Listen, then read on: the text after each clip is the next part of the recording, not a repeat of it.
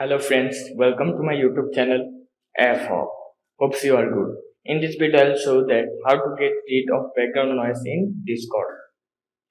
So friends, background noise is very usefully. Then I will show you how to get rid background noise. So friends, first open your Discord. I have to use Discord app. Then you have to go to your user settings, left corner. See my friends. Then left side voice and video. Click now. See my friends, input device default.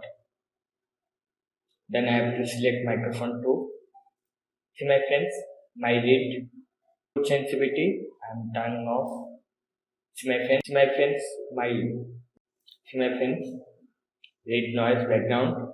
Then I have to increase and see this is low. Then you have to use settings.